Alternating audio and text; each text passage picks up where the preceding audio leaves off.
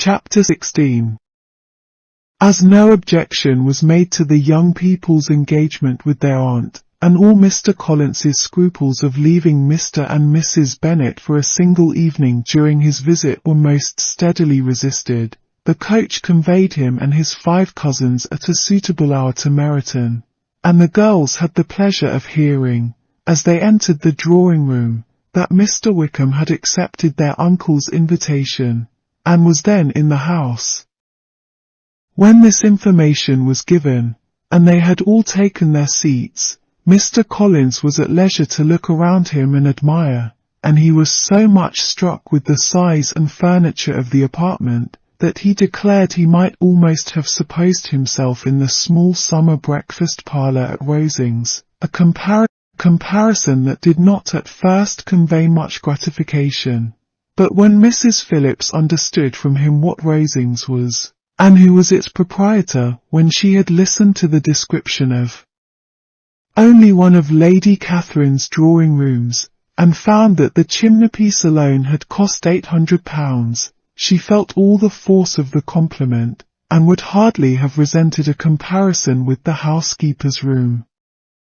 In describing to her all the grandeur of Lady Catherine and her mansion, with occasional digressions in praise of his own humble abode, and the improvements it was receiving, he was happily employed until the gentlemen joined them, and he found in Mrs. Phillips a very attentive listener, whose opinion of his consequence increased with what she heard, and who was resolving to retail it all among her neighbours as soon as she could. To the girls, who could not listen to their cousin, and who had nothing to do but to wish for an instrument, and examine their own indifferent imitations of china on the mantelpiece, the interval of waiting appeared very long. It was over at last, however. The gentlemen did approach, and when Mr. Wickham walked into the room, Elizabeth felt that she had neither been seeing him before, nor thinking of him since, with the smallest degree of unreasonable admiration.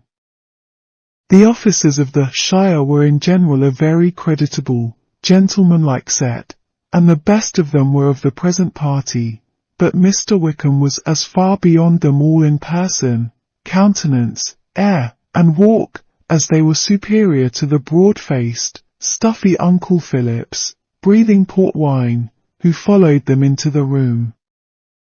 Mr. Wickham was the happy man towards whom almost every female eye was turned, and Elizabeth was the happy woman by whom he finally seated himself, and the agreeable manner in which he immediately fell into conversation, though it was only on its being a wet night, made her feel that the commonest, dullest, most threadbare topic might be rendered interesting by the skill of the speaker. With such rivals for the notice of the fair as Mr. Wickham and the officers, Mr. Collins seemed to sink into insignificance. To the young ladies he certainly was nothing, but he had still at intervals a kind listener in Mrs. Phillips, and was by her watchfulness most abundantly supplied with coffee and muffin. When the card tables were placed, he had the opportunity of obliging her in turn, by sitting down to whist. "I know little of the game at present," said he, "but I shall be glad to improve myself, for in my situation in life, Mrs. Phillips was very glad for his compliance, but could not wait for his reason." Mr. Wickham did not play at whist, and with ready delight was he received at the other table between Elizabeth and Lydia. At first there seemed danger of Lydia's engrossing him entirely, for she was a most determined talker, but being likewise extremely fond of lottery tickets, she soon grew too much interested in the game, too eager in making bets and exclaiming after prizes to have attention for anyone in particular. Allowing for the common demands of the game, Mr. Wickham was therefore at leisure to talk to Elizabeth, and she was very willing to hear him, though what she chiefly wished to hear she could not hope to be told the history of his acquaintance with Mr. Darcy. She dared not even mention that gentleman. Her curiosity, however, was unexpectedly relieved. Mr. Wickham began the subject himself. He inquired how far Netherfield was from Meryton, and, after receiving her answer, asked in a hesitating manner how long Mr. Darcy had been staying there. "About a month," said Elizabeth, and then, unwilling to let the subject drop, added, "He is a man of very large property in Derbyshire, I understand." "Yes," replied Mr. Wickham, "his estate there is a noble one. A clear 10,000 per annum. You could not have met with a person more capable of giving you certain information on that head than myself, for I have been connected with his family in a particular manner from my infancy." Elizabeth could not but look surprised. "You may well be surprised, Miss Bennet, at such an assertion, after seeing, as you probably might, the very cold manner of our meeting yesterday.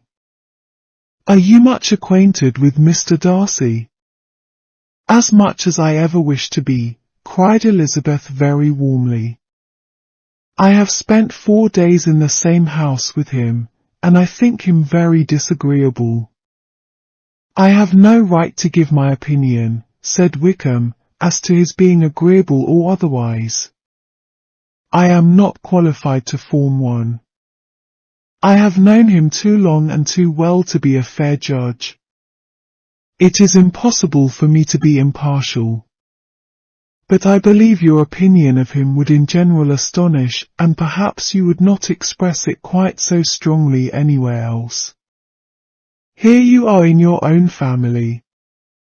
Upon my word, I say no more here than I might say in any house in the neighbourhood, except Netherfield. He is not at all liked in Hertfordshire. Everybody is disgusted with his pride.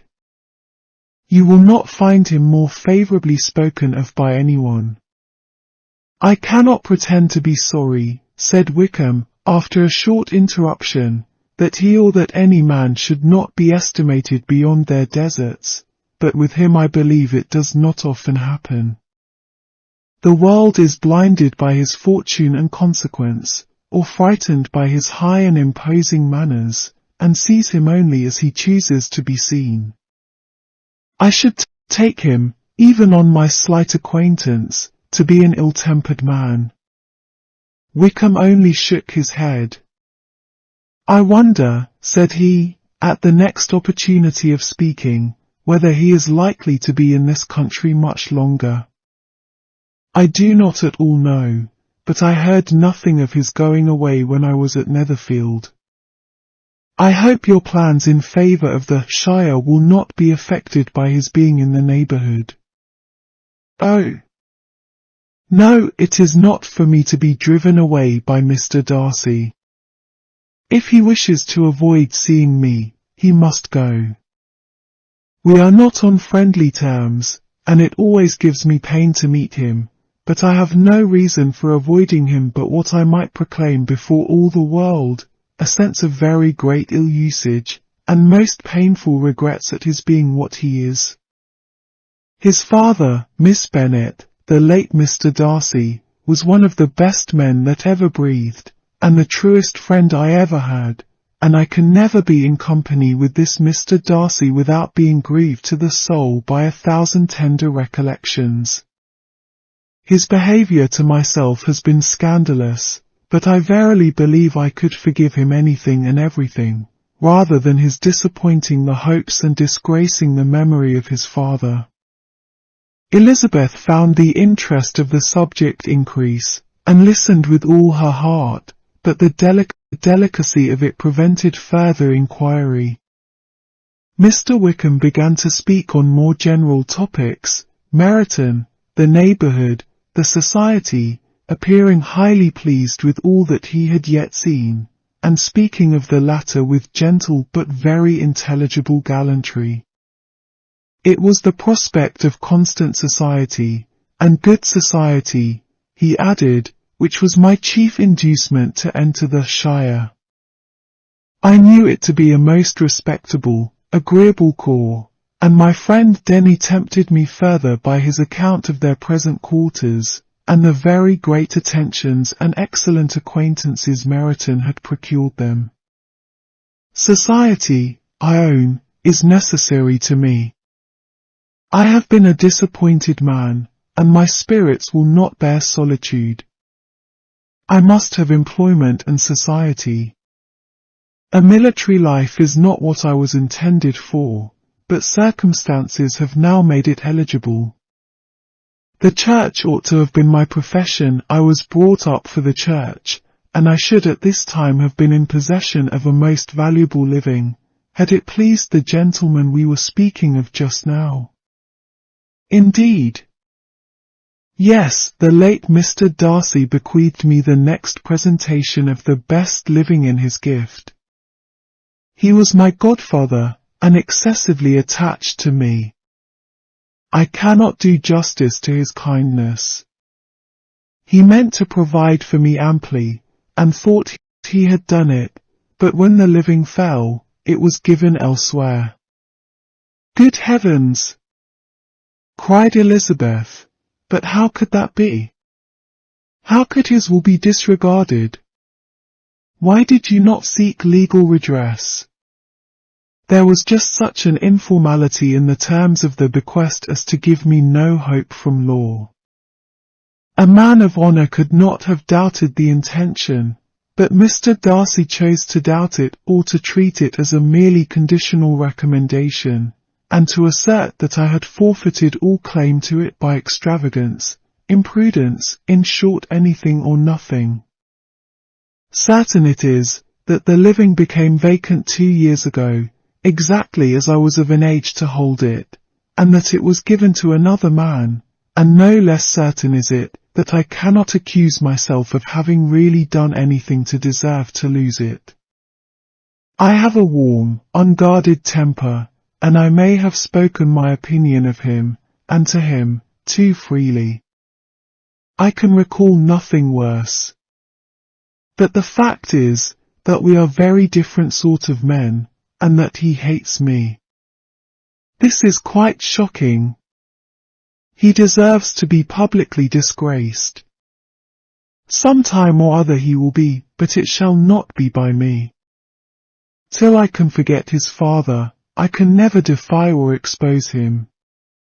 Elizabeth honoured him for such feelings, and thought him handsomer than ever as he expressed them. But what, said she, after a pause, can have been his motive?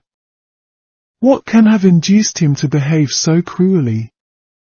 A thorough, determined dislike of me, a dislike which I cannot but attribute in some measure to jealousy.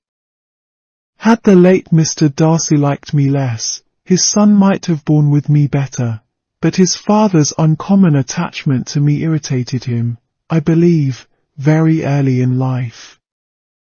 He had not a temper to bear the sort of competition in which we stood, the sort of preference which was often given me. I had not thought Mr. Darcy so bad as this, though I have never liked him. I had not thought so very ill of him.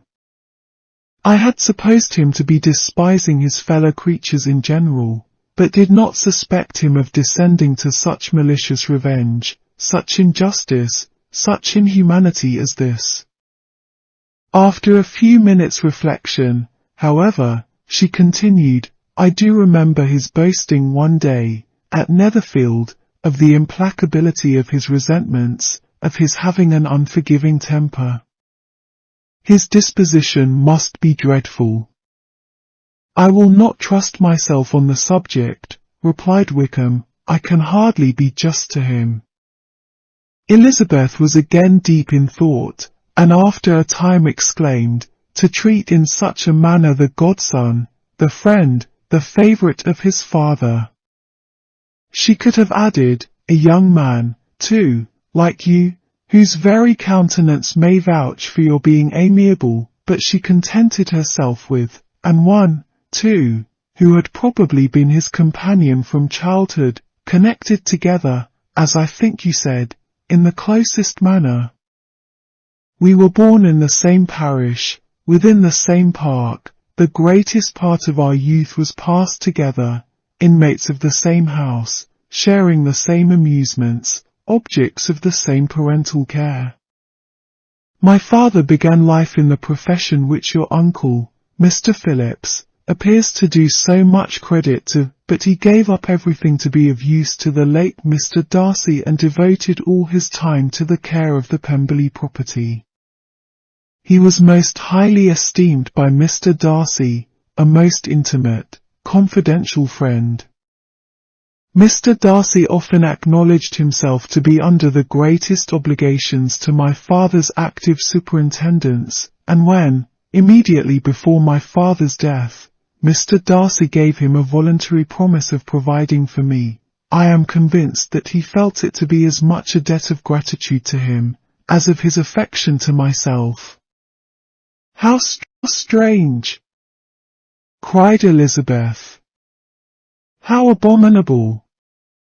I wonder that the very pride of this Mr. Darcy has not made him just to you. If from no better motive, that he should not have been too proud to be dishonest, for dishonesty I must call it. It is wonderful, replied Wickham, for almost all his actions may be traced to pride, and pride had often been his best friend. It has connected him nearer with virtue than with any other feeling. But we are none of us consistent, and in his behaviour to me there were stronger impulses even than pride. Can such abominable pride as his have ever done him good? Yes. It has often led him to be liberal and generous, to give his money freely, to display hospitality, to assist his tenants, and relieve the poor. Family pride, and filial pride, for he is very proud of what his father was, have done this. Not to appear to disgrace his family, to degenerate from the popular qualities, or lose the influence of the Pemberley house, is a powerful motive.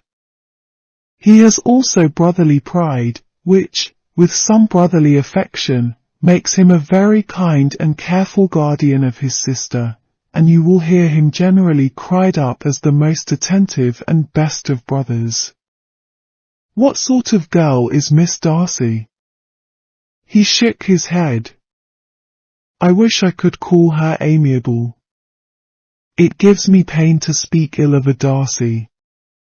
But she is too much like her brother, very, very proud. As a child, she was affectionate and pleasing, and extremely fond of me, and I have devoted hours and hours to her amusement. But she is nothing to me now. She is a handsome girl, about 15 or 16, and, I understand, highly accomplished. Since her father's death, her home has been London, where a lady lives with her, and superintends her education. After many pauses and many trials of other subjects, Elizabeth could not help reverting once more to the first, and saying, I am astonished at his intimacy with Mr. Bingley. How can Mr. Bingley, who seems good humour itself, and is, I really believe, truly amiable, be in friendship with such a man? How can they suit each other? Do you know Mr. Bingley? Not at all. He is a sweet-tempered, amiable, charming man. He cannot know what Mr. Darcy is. Probably not, but Mr. Darcy can please where he chooses. He does not want abilities. He can be a conversable companion if he thinks it worth his while. Among those who are at all his equals in consequence, he is a very different man from what he is to the less prosperous. His pride never deserts him, but with the rich he is liberal-minded, just, sincere, rational, honourable, and perhaps agreeable, allowing something for fortune and figure. The whist party soon afterwards breaking up, the players gathered round the other table and Mr. Collins took his station between his cousin Elizabeth and Mrs. Phillips. The usual inquiries as to his success were made by the latter. It had not been very great, he had lost every point, but when Mrs. Phillips began to express her concern thereupon, he assured her with much earnest gravity that it was not of the least importance, that he considered the money as a mere trifle, and begged that she would not make herself uneasy. "I know very well, madam," said he, "that when persons sit down to a card table, they must take their chances of these things, and happily I am not in such circumstances as to make 5 shillings any object. There are undoubtedly many who could not say the same, but thanks to Lady Catherine de Bourgh, I am removed far beyond the necessity of regarding little matters." Mr. Wickham's attention was caught, and after observing Mr. Collins for a few moments, he asked Elizabeth in a low voice whether her relation was very intimately acquainted with the family of de Bourgh. "Lady Catherine de Bourgh," she replied, "has very lately given him a living." I hardly know how Mr. Collins was first introduced to her notice, but he certainly has not known her long. You know of course that Lady Catherine de Bourgh and Lady Anne Darcy were sisters, consequently that she is aunt to the present Mr. Darcy. No, indeed, I did not. I knew nothing at all of Lady Catherine's connections. I never heard of her existence till the day before yesterday. Her daughter, Miss de Bourgh, will have a very large fortune, and it is believed that she and her cousin will unite the 2 estates. This information made Elizabeth smile, as she thought of poor Miss Bingley. Vain indeed must be all her attentions, vain and useless her affection for his sister and her praise of himself, if he were already self-destined for another. "Mr. Collins," said she, "speaks highly both of Lady Catherine and her daughter, but from some particulars that he has related of her ladyship, I suspect his gratitude misleads him, and that in spite of her being his patroness, she is an arrogant, conceited woman." "I believe her to be both in a great degree," replied Wickham. "I have not seen her for many years, but I very well remember that I never liked her, and that her manners were dictatorial and insolent. She has the reputation of being remarkably sensible and clever, but I rather believe she derives part of her abilities from her rank and fortune, part from her authoritative manner, and the rest from the pride of her nephew, who chooses that everyone connected with him should have an understanding of the first class." Elizabeth allowed that he had given a very rational account of it, and they continued talking together, with mutual satisfaction till supper put an end to cards, and gave the rest of the ladies their share of Mr. Wickham's attentions. There could be no conversation in the noise of Mrs. Phillips's supper party, but his manners recommended him to everybody. Whatever he said, was said well, and whatever he did, done gracefully. Elizabeth went away with her head full of him. She could think of nothing but of Mr. Wickham, and of what he had told her, all the way home, but there was not time for her even to mention his name as they went, for neither Lydia nor Mr. Collins were once silent. Lydia talked incessantly of lottery tickets, of the fish she had lost and the fish she had won, and Mr. Collins in describing the civility of Mr. and Mrs. Phillips, protesting that he did not in the least regard his losses at whist, enumerating all the dishes at supper, and repeatedly fearing that he crowded his cousins, had more to say than he could well manage before the carriage stopped at Longbourn House.